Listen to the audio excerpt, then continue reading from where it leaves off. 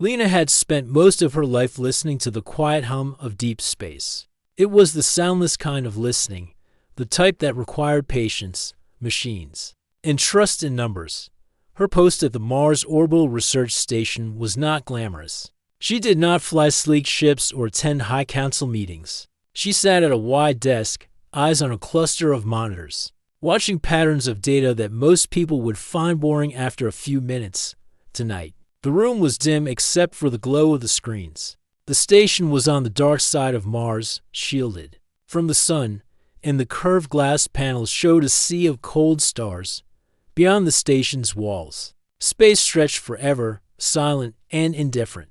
But Lena had learned that even in silence, something always whispered. She leaned forward, frowning at a faint spike in the noise chart. At first, she thought it was interference. Old satellites sometimes sent out stray signals before their power failed completely, but this spike was different. It had a shape to it, a rhythm. She tapped a few keys, and the computers began breaking the signal apart, searching for structure. The pattern was weak, almost swallowed by cosmic static, but it repeated in precise intervals. Lena watched it appear again. Then again, she rubbed her eyes. The sequence reminded her of something she had seen once during training, ancient Earth writing. The kind found carved into stone tablets thousands of years old. She saved the data, then ran it through a translation program meant for historical research. The program hesitated, as if unsure, then returned partial matches. Some of the shapes matched an old human script, one so old that even scholars called it a mystery. It was not the full language, but enough to tell her this was not random. Lena's first thought was to call her shift partner, Aaron, but he was asleep in the quarters to decks down. Her second thought was to log it in the station's shared system, but she hesitated. If this was real, it would draw the attention of the Science Council. And once the council got involved, Lena knew she would no longer have control of the discovery. She copied the data to a small storage device and slipped it into her pocket. The signal came again. Stronger this time. Her heart began to race. She set the system to keep recording automatically, then pulled up the source map. The origin point was far beyond Mars, far beyond the asteroid belt, somewhere in the outer regions of the solar system. There were no human colonies there, no known ships. The coordinates led toward the black space between Neptune and the Oort cloud, where the cold drifted endlessly. Lena checked the station logs. No other operator had marked this signal. That meant she had found it first. The station's automated lights brightened slightly as the ship's day cycle began, though outside, Mars still hid in darkness. A new shift of researchers would arrive in the main lab soon. She had only minutes to decide what to do. She opened a secure channel on her personal console. Aaron's face appeared, sleepy and annoyed. "You know it's early," he muttered. "Aaron." She said quickly, "I think I've found something. A signal. It's not normal static. It's patterned." He sat up straighter. "From where?" She told him the coordinates. His expression changed to concern. "That region is supposed to be empty." "I know. And the pattern looks like human writing. Very old human writing." He was silent for a moment. "You should report it." "Not yet," she said. "I want to check it myself first." Aaron gave her a long look. "You know that keeping a find like this off the record is against protocol." "I just want to make sure it's not a trick of the equipment," she said. "Help me confirm it." Reluctantly, he agreed. "Send me the data." She transferred the files. As the transfer completed, the signal pulsed again on her screen. The sequence changed slightly, adding new symbols. She froze. The translation program processed the new symbols and returned a phrase. "Fragmented but readable. We remember." Lena stared at the words. The translation could be wrong, but the meaning struck her in a way she could not explain. She copied this fragment to her device as well. The rest of the shift passed slowly. Other researchers came in, filling the room with quiet conversation and the sound of keyboards. Lena kept her monitors set to ordinary scans, hiding the special feed that tracked the mysterious signal. The whole time, she kept glancing at the pocket where the device rested. That night, after the shift ended, Lena and Aaron met in the small storage bay near the station's lower decks. The hum of life support systems filled the air. Aaron handed her a tablet. I checked the data twice, he said. It's not an error. The signal is real. And you're right, the symbols match a known prehistory script. But here's the strange part. That script has never been found outside Earth. Lena felt a shiver crawl up her spine. So how is it in deep space? I don't know, Aaron said. And there's more. The signal is not just repeating. It's adapting every few cycles. It changes slightly, like it's listening to our scans and answering. She thought about the phrase the program had translated. We remember. If the signal truly was responding, that meant someone, or something, out there was aware of them. What do we do? She asked. We should report it, he said again. But his voice was uncertain now. If we do, the council will take over, Lena replied. We'll be locked out. We might never know the truth. Aaron hesitated. Then we go ourselves, Lena almost laughed, but Aaron's serious expression stopped her. Go where? The coordinates are in the middle of nowhere. We can take one of the long-range probes, Aaron said. It's risky, but we could trace the signal to its source. The idea was reckless. Unauthorized travel that far out would get them removed from the station, maybe worse. But the thought of leaving the mystery to be buried in official reports felt worse than the risk. Give me a day, Lena said. If the signal keeps changing, we go. That night, alone in her cabin, she listened to the recorded fragments. The old script looked strange yet familiar, like something half-remembered. From a dream, she wondered if anyone else in human history had seen these symbols in space. The last thing she heard before drifting to sleep was the signal pulsing again, faint but clear, carrying another fragment of ancient language across the darkness between stars. The next morning on the Mars Orbital Research Station began like any other. The crew moved through their routines, checking life support, reviewing asteroid surveys, and sipping strong coffee from sealed cups. Lena sat at her station, pretending to focus on ordinary data streams, while her mind kept drifting to the strange signal. Every few minutes, she would glance at a hidden monitor. In the corner of her screen, the signal was still there, pulsing. Faintly from the far edge of the solar system, the symbols were changing again, though very slowly, like someone carefully choosing what to say next. Aaron stopped by her desk, holding a small data pad. I think we need more than just our scans, he whispered, if we want to understand this. We should check the old records. What records? Lena asked without looking up.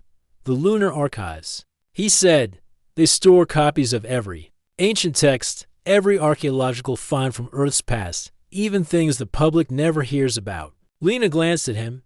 That's restricted, only if you try to access the council vaults. But I know someone who can give us temporary clearance to the historical database. It's not technically against the rules to look, only to remove anything. She hesitated. And you trust this friend? Aaron smiled faintly. He owes me. Later that day, during their break, they found an empty comm room and sealed the door. Aaron opened a secure channel to the moon's data center. The screen flickered, and a middle-aged man appeared, his background filled with towering shelves of digital storage modules. His Namadug read Jorn. You always call at interesting times, Aaron, Jorn said with a dry tone.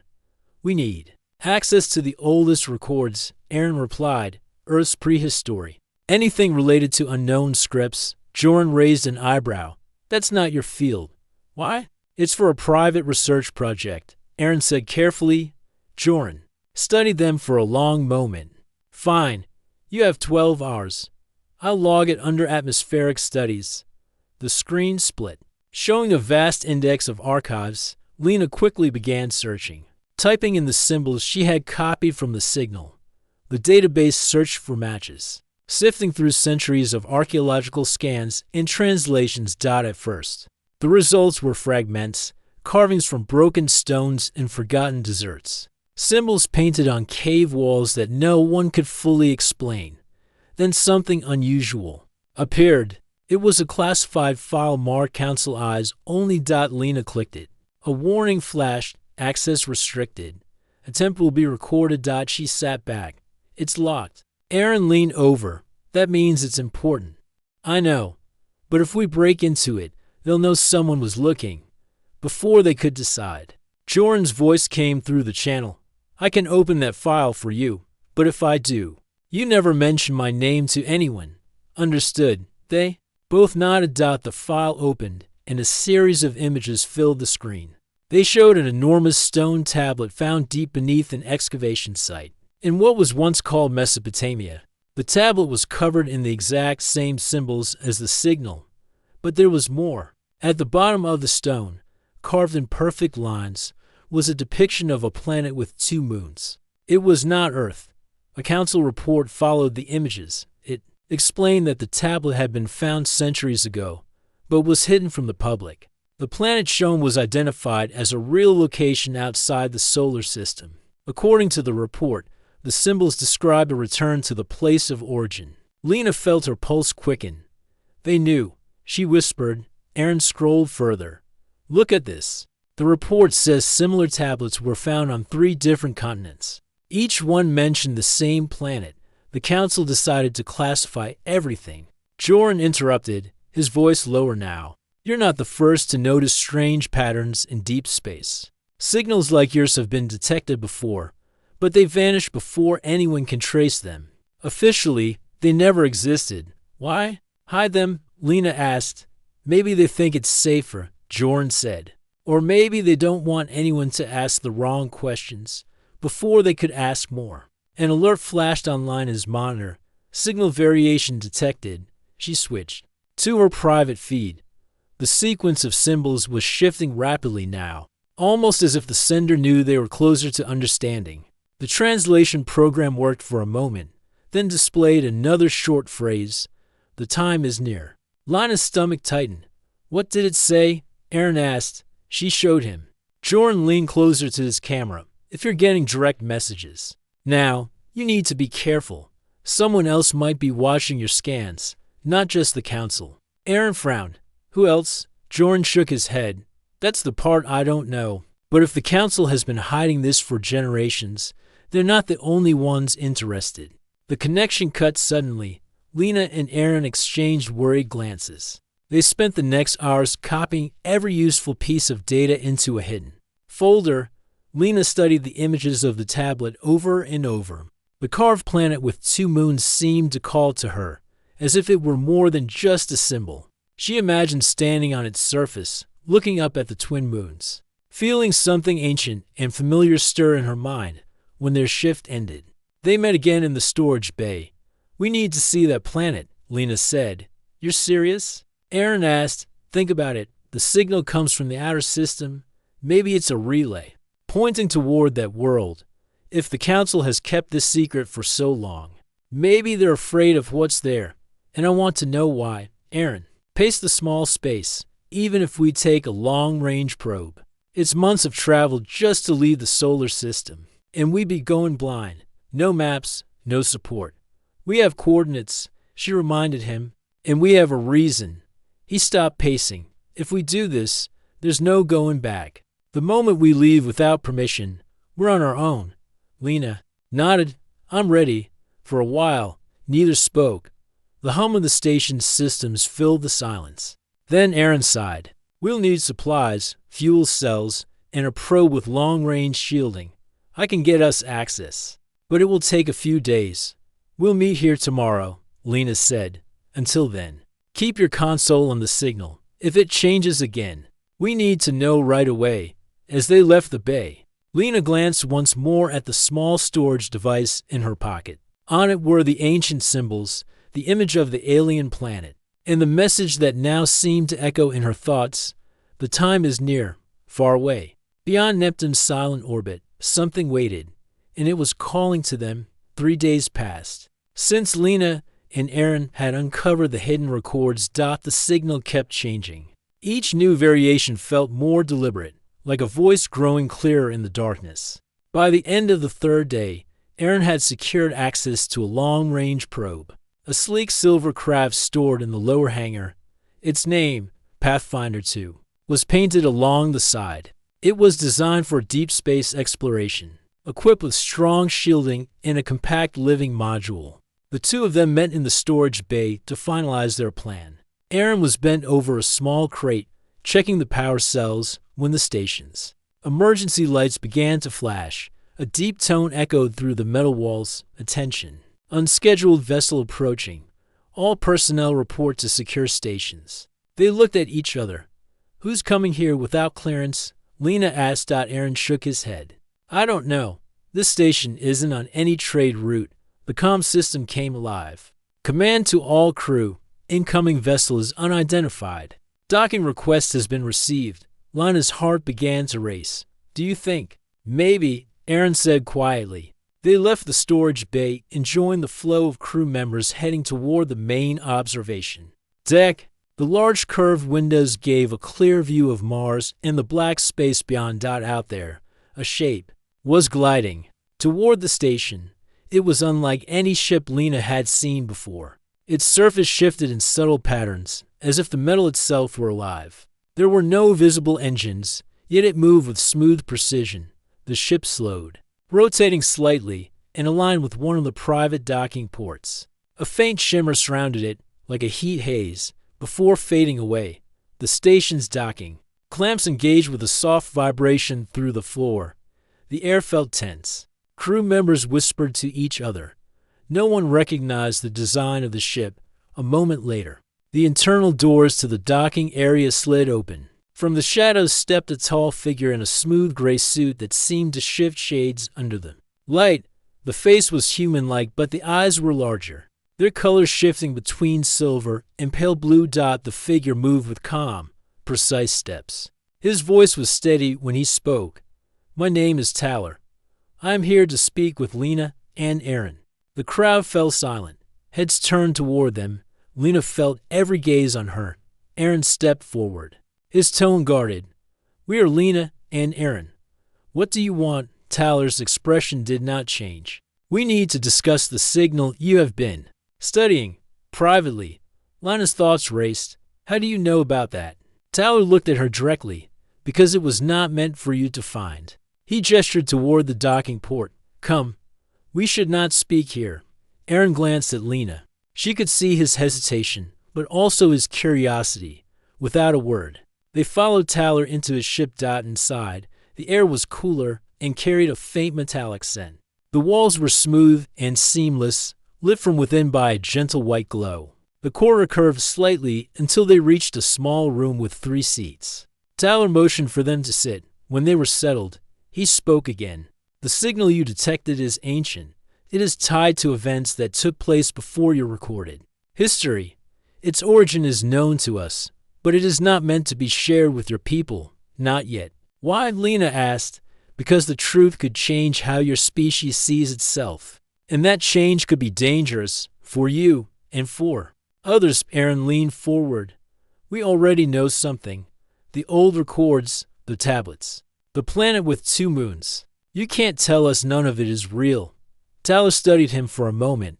You have uncovered fragments. Enough to know there's more, but not enough to understand the consequences. Lena's voice was firm.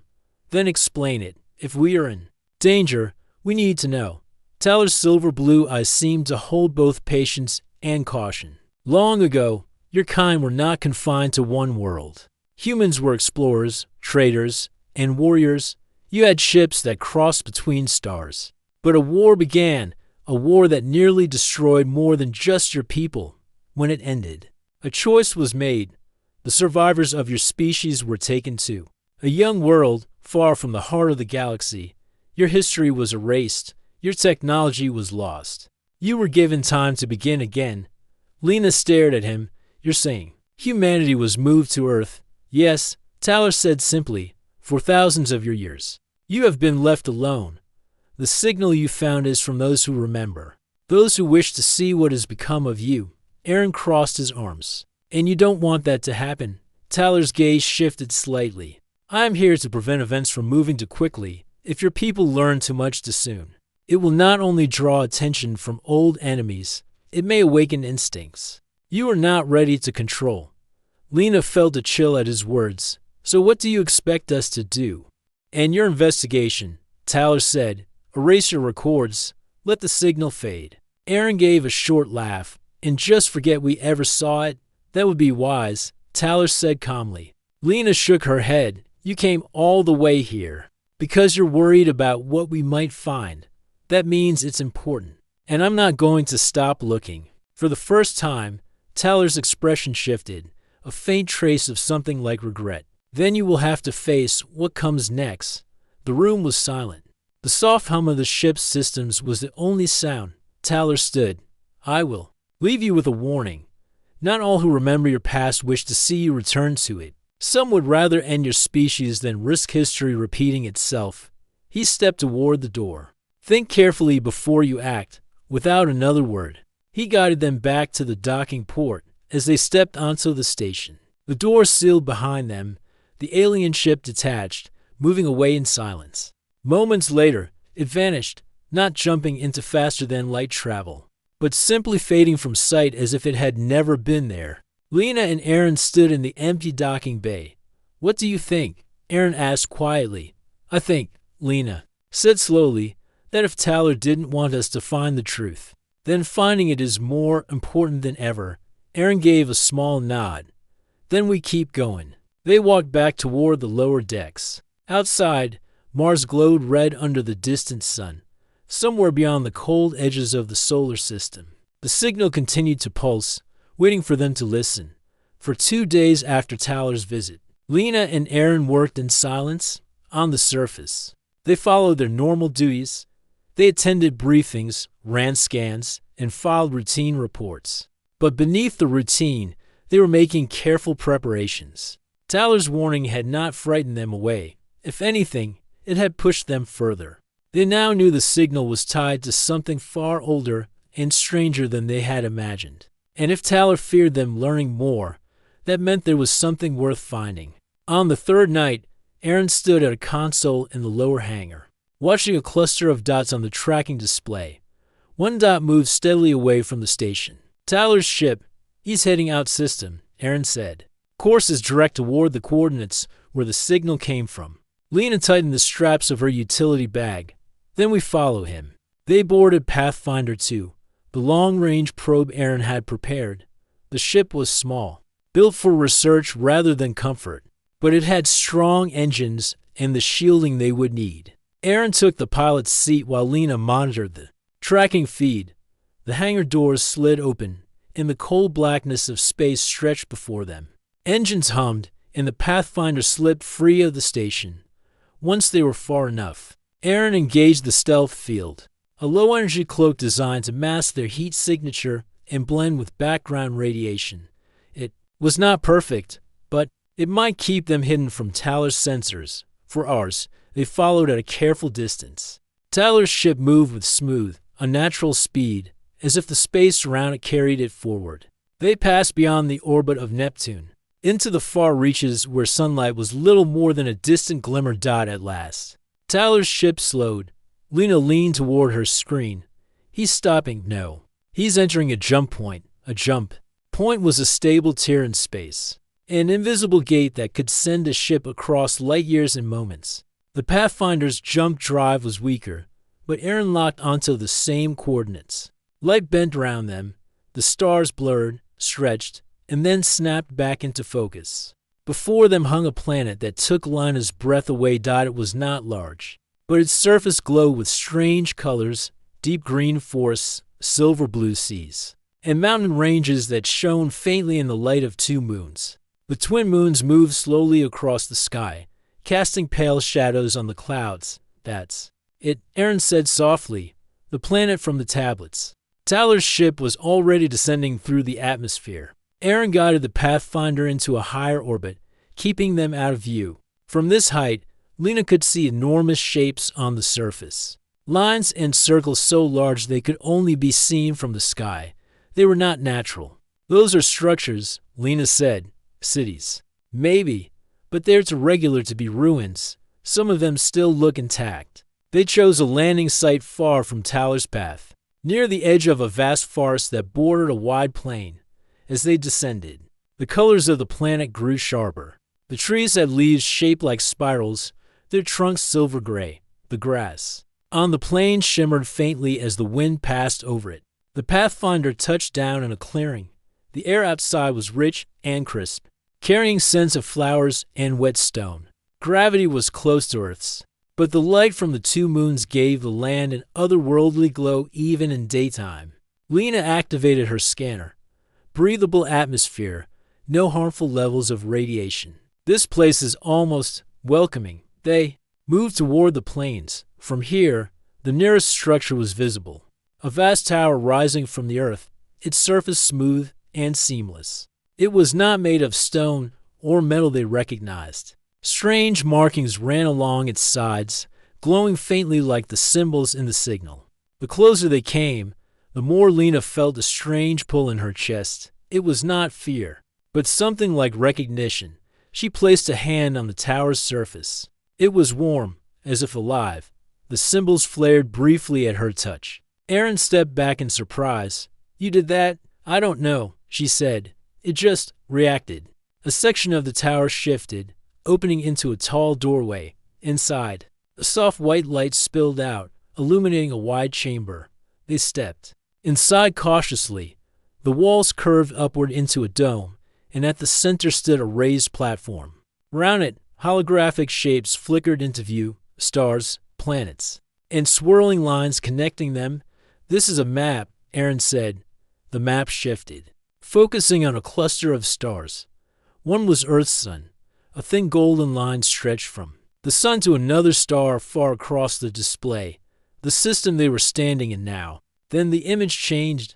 The second star dimmed, and the golden line broke. A series of red symbols appeared, the same ones from the signal. The translation program online is wrist device activated automatically, displaying the words, "The home divided, the memory hidden, Lina's pulse quickened.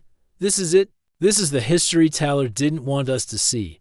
They watched us. The hologram replayed scenes like fragments of a story. Human-shaped figures in silver armor walked among alien allies, trading goods and technology. Then the images shifted to war, ships burning in space, planets under siege, and finally, a great migration.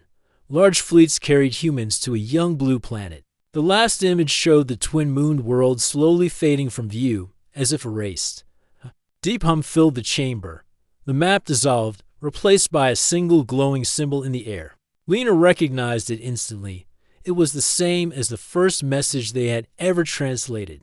"We remember." Suddenly, a sound echoed outside. The soft, steady rhythm of footsteps on the grass. Erin glanced at her. "Tyler." They moved quickly to the doorway. Through the opening, they saw him standing at the edge of the clearing. His expression was unreadable. "I told you this place was not for you," Tyler said calmly. "You hid the truth," Lena replied. "Why, this was our home." "It was once," Tyler said. "But not all truths bring freedom. Some bring only war." Lena stepped forward. "If humanity was capable of building this once, we can do it again. We deserve to know who we are." Tyler's eyes narrowed slightly. "Then you must also be ready to face the enemies who have not forgotten you." Above them, the sky darkened as a shadow passed over the twin moons. Something large was entering orbit, not Tyler's ship, but another vessel, its shape sharp and menacing. Tyler glanced upward. "They have already found you." The shadow in the sky grew larger, blotting out one of the moons from the ground. The incoming vessel looked like a dark spear, long and sharp-edged, with glowing red lines along its hull. It moved silently, but the air itself seemed heavier. As it descended, Tyler's voice was calm, but urgent. "That is not one of mine. They are called the Cairn. Long ago, they were your enemies. They have not forgotten." Lina's pulse quickened. "How could they know we're here already? They watch the old places," Tyler said. "If a human sets foot here, they will come. Always." Erin looked from Tyler to the tower. "So this is why you warned us." Tyler nodded. "The Cairn do not want your people to rise again. If they believe humanity is awakening to its past, they will destroy every trace, including you." The dark vessel slowed, hovering above the forest. Small shapes detached from it and began moving toward the clearing. They were angular craft, each carrying several figures. Tyler stepped toward the open tower door. "We have little time. You wanted the truth. I will give it to you, if you can still leave with it alive. Inside the tower, Tyler led them to the center platform. The holographic map returned, but this time it displayed scenes in greater detail. The first image showed humans on the twin-mooned world, standing alongside tall, slender beings with bright crystal-like eyes. These were your allies, Tyler explained. Together, your peoples formed the Lumaran Pact. You built fleets, shared knowledge, and shaped trade across many systems. The image shifted to fleets of human and allied ships traveling through stargates. Lena felt a strange pride as she watched. We were everywhere. Yes, Tyler said, and it frightened the Cairn. They feared your ambition. They feared your creativity. The next scene was chaos, the Cairn attacking. Their ships burning cities from orbit. Their soldiers marched in heavy armor, their eyes glowing with the same red light as their vessels. The war lasted many cycles, Tyler said. It spread across hundreds of worlds. Both sides lost much, but in the end, the Cairn found a way to end you without fighting every battle. The hologram zoomed in on Earth's sun.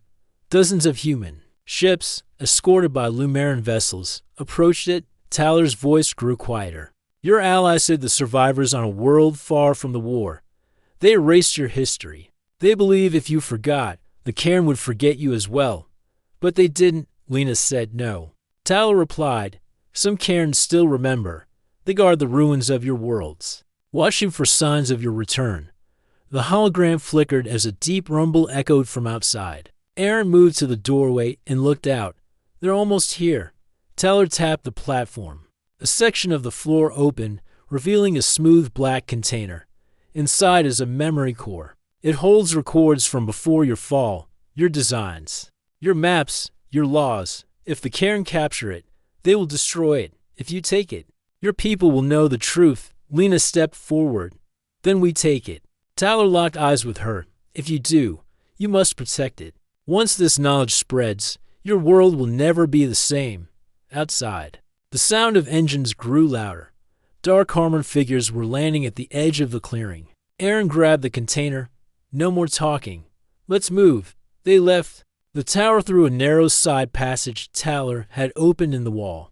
The silver grass rustled under their boots as they ran toward the Pathfinder. Tyler followed, moving with surprising speed. The first Cairn craft touched down, and soldiers spilled out.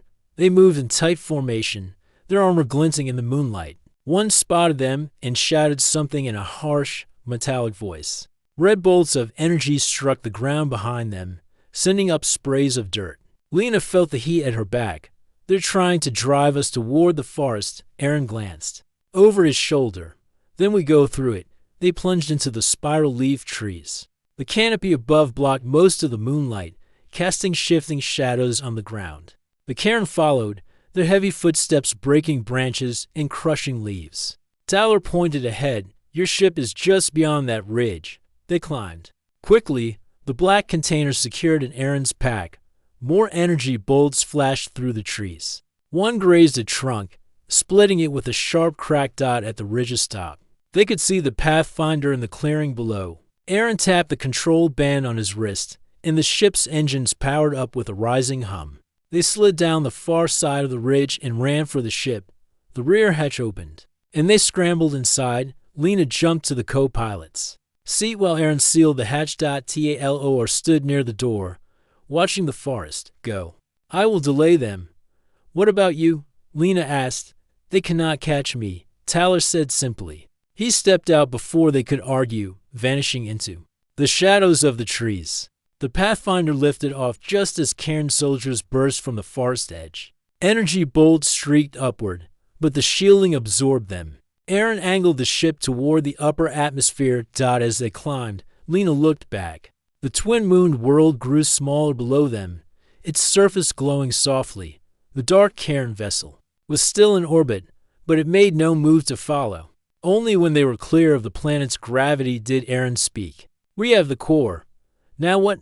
Lena held the black container in her lap.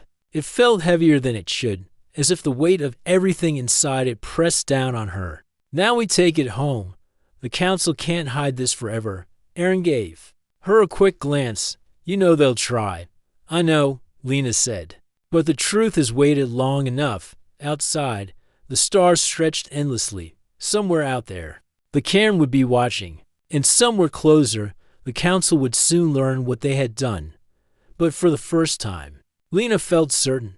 Humanity's past was no longer buried in whatever came next. They were already part of it, the pathfinder to slip back into the solar system without broadcasting its return. Lena and Aaron had taken a longer route, avoiding known patrol zones and skirting asteroid fields to mask their path. Even so, they both knew it was only a matter of time before someone realized they had been gone. The black memory core rested in the center console between them. It had been silent since leaving the twin-mooned world, but Lena often caught herself staring at it, wondering what exactly was inside. She suspected it contained more than history, perhaps even instructions for the kind of technology humanity had long forgotten. They docked with the Mars Orbital Research Station. Under the cover of early shift change, the crew was busy moving cargo and recalibrating equipment. No one paid close attention to two scientists quietly stepping off a small probe. In their private quarters, they powered up an isolated system, one completely disconnected from the station's main network. Aaron placed the memory core on the scanner pad. The screen lit up with rows of symbols, some identical to those from the signal. The system translated them slowly, revealing headings, starship designs, colony maps, council agreements, war records. Lena, lean closer. This is everything Tyler said it was. This is our entire history before Earth. Aaron scrolled through the files, his expression tense. If we share this, it's not just Earth that will react. The whole galaxy will see it. That's the point, Lena said. The truth can't stay hidden anymore. They began copying the files to a secure drive, but halfway through the process, a faint signal icon flashed in the corner of the screen. An outside connection request. Aaron frowned. That's impossible. This system isn't linked to the station network. Lena's voice was low. Unless someone is already inside it. The icon vanished as quickly as it appeared. They exchanged a look. We finished the copy and move, Aaron said. Hours later, the files were safely stored on 3 separate drives. One stayed with Lena, one with Aaron, and one was hidden in a small compartment aboard the Pathfinder. They told no one about the core, but Lena knew that secrecy would not last long. She was right. 2 days later, while she was in the lab, the station's main feed erupted with noise. Crew members crowded around the central screen. The broadcast was coming from an independent comm network that the council had no control over. The images were unmistakable, the holographic maps, the starship designs, the scenes of humanity's life before Earth. The files from the memory core were streaming across public channels, translated into dozens of galactic languages. Someone had leaked it. Lena's breath caught. Aaron. She whispered into her comm band. I'm seeing it, he answered. It's everywhere. Not just here, stations, colonies, even outer trade routes. Once it's out like this, no one can erase it, the crew whispered in shock. Some looked excited, others uneasy. A voice from the broadcast spoke in a calm tone. To the people of the galaxy, the humans of Earth were once an interstellar people. Their history was hidden, their origins disguised. Now you will all see the truth. The feed ended, but the station was alive with chatter. Within hours, responses from across the galaxy began flooding in. The independent networks carried them faster than the council could block them. Some alien governments sent messages of curiosity, even welcome, recalling old alliances with humanity's ancestors. Others sent warnings, accusing humans of preparing to rise again and reignite the ancient war. That evening, the council issued its official statement. The recently released data is incomplete and misleading. The safety of the galaxy depends on stability. Humanity is advised to remain within current development limits until a full investigation is complete. Lena read the statement aloud to Aaron in disbelief. They're still trying to control the story. Aaron shook his head. It won't work this time. Too many people have seen it, but not all reactions were friendly. Reports came in of small skirmishes on the edge of human space, alien patrols questioning ships, trade routes being temporarily closed, suspicious inspections at ports. 1. Message in particular made Lena stop reading. It came from a distant relay station in neutral territory. The message contained only 3 words in the old human script: "We will help." She showed it to Aaron. "Who sent this?" He scanned the source. Code, encrypted. But the signal came from beyond the Council's territory. Whoever it is, they don't want to be found by official channels. Later that night, as they sat in their quarters, Aaron asked the question they had both been avoiding. "Do you think Tyler was right? That some will see this and want us gone?" Lena looked at the small drive on the table. "Maybe. But the truth was always going to be dangerous. The only choice we have now is whether we run from it or stand with it." Outside, the station floated in silence above Mars. The red planet's surface glowed faintly under the thin sunlight. In the distance, freighters drifted along their routes, unaware of the storms brewing in political hulls and military commands. Across the stars dot by the next day, rumors spread that the Cairn had begun moving ships toward the outer systems. Some claimed they were only increasing patrols. Others said they were preparing for something more aggressive. The Council called for an emergency assembly on one of the central worlds. Every major species was invited, and for the first time in centuries, Earth was told to send a representative. "They want to put us on display," Aaron said. "Show everyone we're still the quiet, harmless newcomers." Lena closed the case holding the drive. "Then maybe it's time we show them something else." She looked out the viewport at the black sky beyond Mars. The stars seemed different. Now, not just distant points of light, but places her people had once walked. The galaxy knew the truth, and no one could take it back. The Galactic Assembly Hall floated above the surface of Nerine Prime. A massive sphere of silver and glass. From orbit, it shimmered like a star caught in daylight. Inside, hundreds of delegates from across known space-filled tiered platforms, each bearing the symbols of their homeworlds. Lena stepped through the entry tunnel, feeling the weight of every gaze. Her plain black uniform bore no high rank, only the small emblem of Earth over her heart. Aaron walked beside her, silent but steady, as they reached their assigned place at the central speaking platform. The hum of voices lowered. The assembly leader, a tall being with smooth silver skin, addressed the hall. "Delegates, we meet under unusual circumstances. Information regarding the origins of the human species has spread without authorization. The purpose of this gathering is to discuss the implications for interstellar stability." The leader gestured toward Lena. "Representative of Earth, you may speak for a moment." Lena said nothing. She let her gaze move slowly across the platforms. The scaled figures of the Zero, the crystallized Lumerans, the towering forms of the Tharoon, and dozens more. Some faces showed curiosity. Others were guarded. A few glared with open distrust. "When I first left Earth," Lena began, her voice carrying through the hall, "I thought our people were new to the stars. I believe we were learning for the first time how to move among you." That was a lie. A ripple moved through the audience. "The truth," she continued, "is that humanity walked among the stars long before the memory of Earth began. We built ships, formed alliances, and stood against enemies. We were part of something greater. And then we were made to forget." One delegate, a Cairn in dark armor, rose from his seat. "You speak of ancient wars. Do you deny that your kind brought destruction to many worlds?" Lena met his gaze. "I do not deny there was war, but I will not accept the story that humanity alone was to blame. The records show we fought to protect allies, and that we suffered as much as anyone." The Cairn's eyes glowed faintly, but he sat without another word. Lena turned to the assembly. "I know why the truth was hidden. Some feared our return.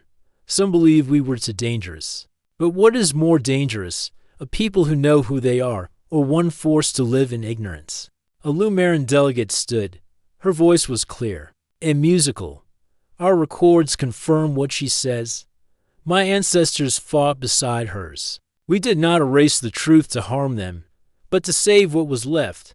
We believe peace would be easier if humanity began again." "And was it?" Lena asked softly. The Lumaran hesitated. For a time, another delegate spoke, a short, fur-covered being from the Tesla worlds. "If humanity has this history, Will you seek to rebuild your fleets? To claim worlds you once held? Lena answered without pause. We will not take by force. But we will not be kept in a cage. We will travel. We will learn. And we will decide our own future. The hall grew restless. Some spoke in agreement. Others whispered warnings. The assembly leader raised a hand for silence. The question before U.S. is whether the humans of Earth will be granted full recognition as an independent star-faring civilization, with the rights and responsibilities that status brings. Before the vote could begin, a sudden chime echoed through the chamber.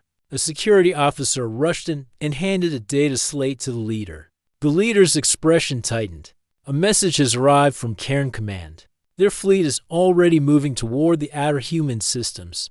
They claim it is for patrol duty. Others suspect it is an advanced position for containment. Aaron leaned toward Lena. They're not going to wait for a vote. Lena stepped forward. Then hear this before you decide. The Cairn are already acting against us. They fear what we remember. That fear will not vanish if you silence us again.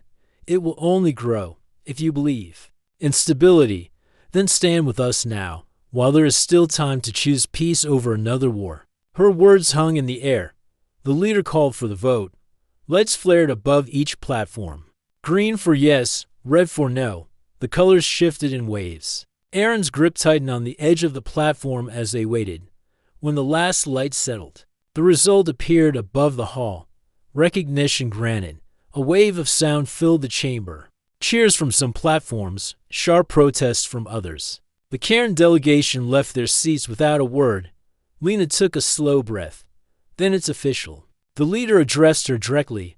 Earth will be given full status. But you must understand, recognition does not mean safety.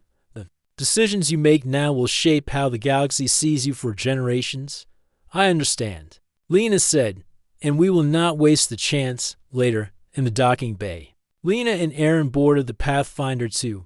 Outside the viewport, ships of many designs moved in and out of the station. Some sent short greetings over the comm, small signs of new allies. Others remained silent. Watching Dot as the ship detached, Aaron glanced at her. So, where to now? Lena looked at the star map. Home first. People need to hear what happened. From us, not from the Council's filtered report. Then, maybe some of those old colony maps in the core could use a visit. Aaron smiled faintly. Back to the stars, then.